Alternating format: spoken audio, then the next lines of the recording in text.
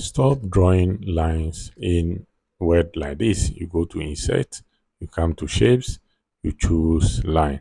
This is how we do it. So this one is boring. Let me show you a way. You can see I have it here. So the first one is type 3 minus sign 1, 2, 3, enter. You see it, you have it here. The second one, 3 equal sign 1, 2, 3, enter. You see what we get. Another one, 3 asterisk 1, 2, 3. You get this one. And another one, 3 number sign like this. 1, 2, 3, enter.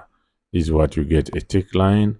And the last one, which is 3 underscore 1, 2, 3, you get this. So if you enjoy the video, subscribe to my channel. Also follow us for more tips like this. Bye.